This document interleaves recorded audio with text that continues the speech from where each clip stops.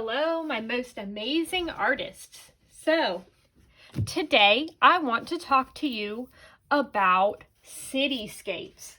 So, in your Learning in Place packet, so you guys have an assignment that is a project for designing a cityscape. It is project number 3. So it asks you a few questions, planning questions. Will your cityscape be a city that you know, or will it be one that you're making up? So what kind of buildings will you use? Will you have skyscrapers? Will you have houses, stores, that kind of thing? Will there be people? There's all kinds of things that you can consider whenever you're making your cityscape. I'm going to make my cityscape be a street that has some little shops and things. But when you are making a cityscape or any kind of landscape, we have to think about breaking it down into its parts. So first of all, my 5th graders, you guys will remember us talking about our horizon line. Our horizon line is where the sky meets the earth. So for my cityscape, because I want to be able to draw the tops of the buildings, I want my horizon line, or where the sky meets the earth, to be pretty low. So I'm going to start down here. And now remember, we want to have our paper in landscape mode. So landscape means long ways, wide ways, like this. Not portrait, which is tall or vertical. We're going to have our paper in landscape or horizontal. And then I'm going to use my pencil to just lightly sketch my ground here. Now, there are 3 parts of a landscape, and in many pieces of art, you will have the foreground, which is the thing closest to you. I almost wrote forehead. I don't know why. So, foreground. Then you'll have your middle ground. That's the things that are a medium distance away from you. So that would be something like the outline of my buildings, the silhouette of my buildings, the skyline as it's called. And everything that's close, that's between me and the background, is going to be my middle ground. And your middle ground typically shows up in the middle of your composition. And then you'll have your background. Your background is anything that's far away. Your background is going to be usually up top in your landscape. It is maybe your sky or things that are far away. Things in your background look the smallest. Things in your middle ground are going to be the medium. And then the closest things to you, your foreground, are going to be the biggest. That will give you the sense of perspective, a sense of depth. It will make it look more 3-dimensional. So I'm going to turn this over. Now I'm going to start by drawing my ground. This is where all of my things are going to be on top of. So there's my ground, and we'll imagine that this is like a sidewalk in my city. So I want to have different types of shops. I really like coffee, so I'm going to start right here in the middle. I'm going to draw a coffee shop. I'm going to make it a rectangle to start. There is my rectangle. And maybe next door I want a bookshop. And maybe I want my bookshop to have a little apartment up top. So I will make my bookshop. I'm going to make it a little bit taller. And my bookshop, because it has an apartment at the top, I'm going to make it have a little roof. And it comes all the way to the edge there. And then beside my coffee shop and my bookshop over here, maybe I'll have a building that has flowers in it, like a flower stand, a florist shop. So again, maybe I'll do this sort of peaked roof. It'll look a little interesting. Now, my background is up here, and I can imagine that maybe there are some buildings back farther away. So I will draw them very lightly in the background. Maybe back here there's another building that has this roof. Maybe there's a tall, thin building back here. But notice that my buildings in front overlap, and the outlines are a little darker because they are closer. Now, I want to design my building. So this is my coffee shop. Maybe I'll make it have a little sign. And I'll call it Cat Cafe because I like cats. I like coffee. A cafe is a place where you go to get coffee. So there's Cat Cafe. Now, remember, this has an apartment up top. So my stores all need to have a door. So my Cat Cafe, here's my door. My door seems a little small to me. I'm going to make it a little bit bigger. There's my door. I'm going to say that the door to the bookshop is off to the side. And then, what was this? Oh yeah, the florist shop. I'm going to say the florist shop, the flower shop, has double doors. Okay. Now, usually shops have big windows in the front, right? So I'll draw my big windows. And I'll make my cafe have 2 small windows. Now, cafes sometimes have little tables outside, right? So I'll have my table outside. And my table is in the foreground, right? It's closer to me than the building. And I'll have a little chair. No, maybe I'll make a little stool. I'm just using my imagination here.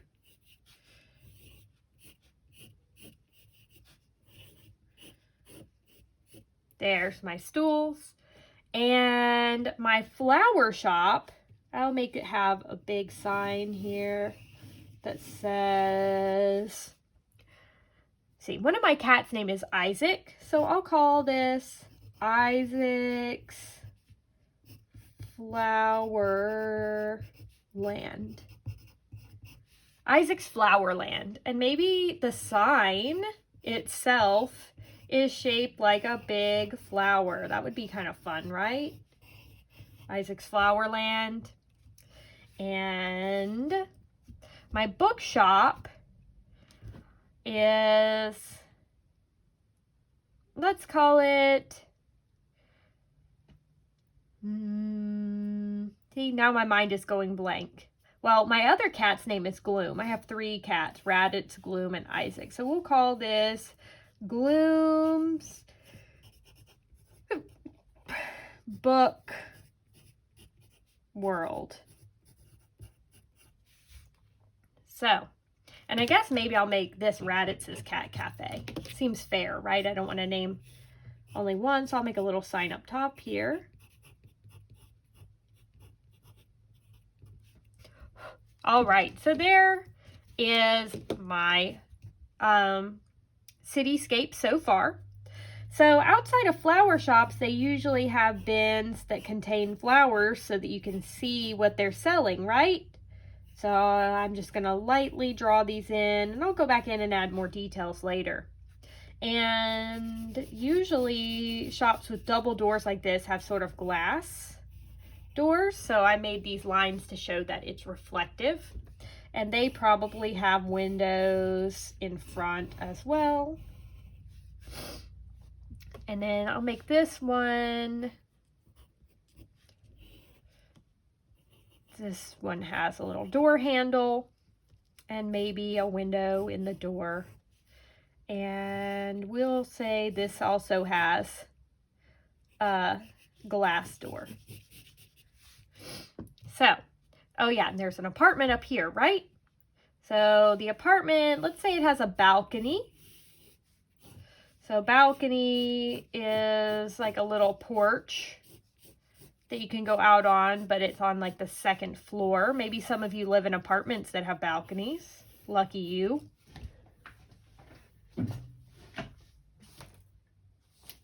Sorry, I just heard my mail get here and I needed to peek through the window.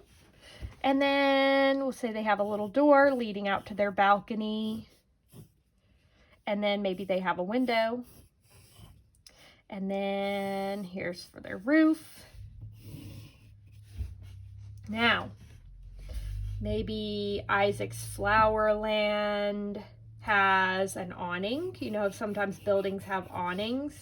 They're like those little shade covers that have lines on them. It's like a cloth. So say it has an awning.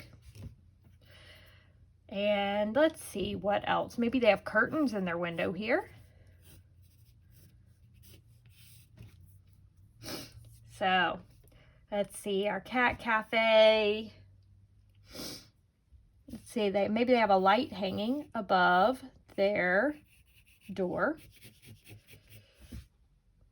And then in the front of the bookshop, maybe in their window, they have some books stacked up.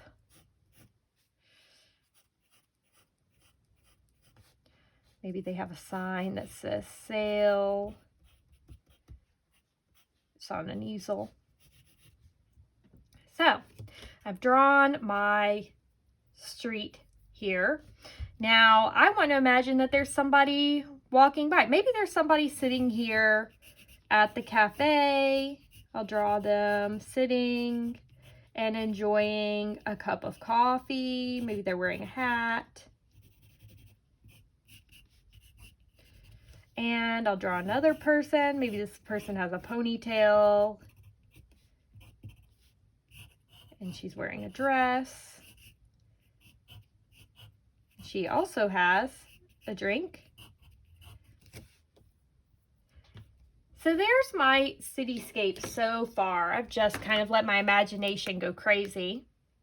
Now, I would suggest that once you've drawn your cityscape, you think about outlining, and maybe you use a Crayola marker.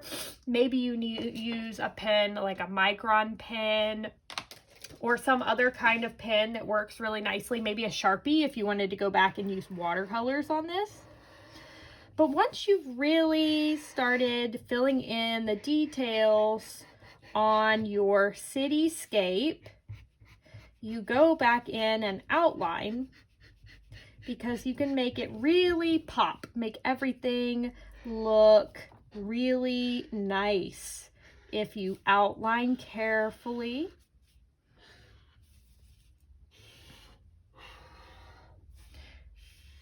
Now, when you're doing your buildings that are in the background, I would outline them very lightly. This makes them look farther away. This is how you show that they're in the background.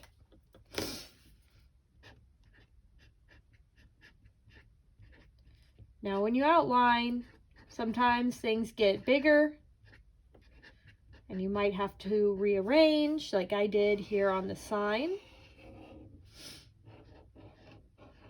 But if you use a skinnier marker, you won't have to do that like I did. But you outline all of your details.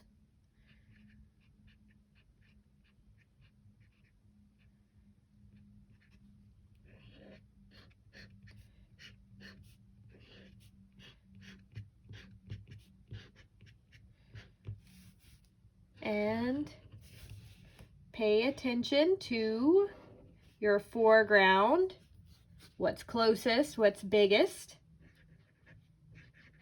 your middle ground, and your background. It's very important to pay attention to that and make sure that you don't erase, for example, your ground line. Otherwise, your buildings will look like they're floating. I'm going to use a skinnier marker maybe next time for something like this.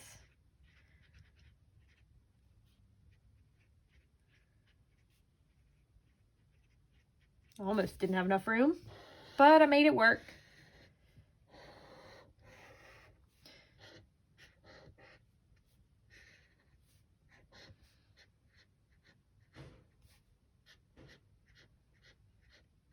Because what will be fun once you've outlined everything is that you can go in and color things, and you can really give it a lot of personality when you do that.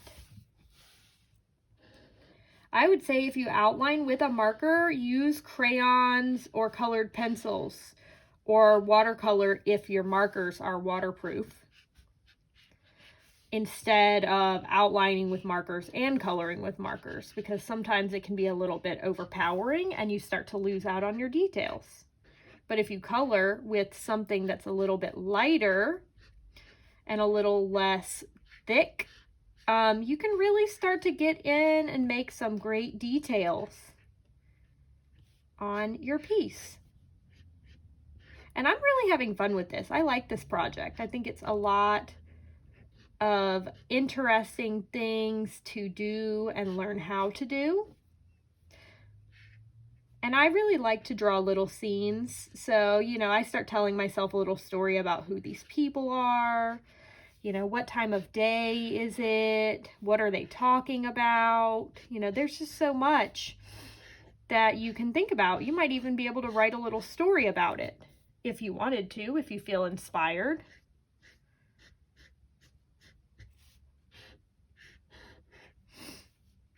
Just make sure I don't forget any of my details. My little lamp.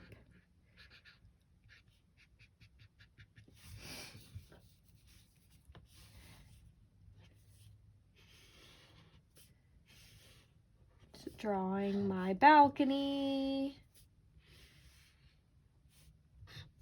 If I really wanted to get into things, I could draw all kinds of stuff on the balcony. But since I'm trying to hurry, since you're just watching me and I'm talking, I don't want to just trap you here forever while I talk about my drawing. But my drawing is coming along. I make sure that I continue it behind the little rails here. So there is my cityscape. Gotta make sure I draw my lines to show that my doors are reflective, my windows. If you draw these little lines on your windows, it shows that they're made of glass and it makes them look more real.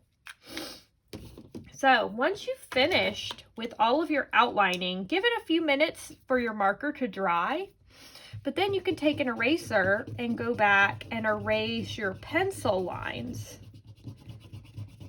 As you can see here, I'll do this on Isaac's Flowerland sign, and it makes it look really nice and neat and clean.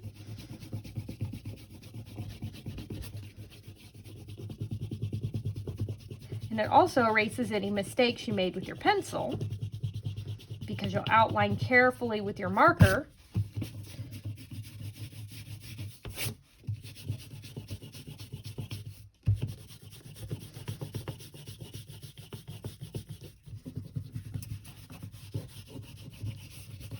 And I'm making sure I hold my paper down while I erase so my paper doesn't scrunch up and get torn. Because I worked hard on my drawing, so I want to be sure I don't tear it up, right? So,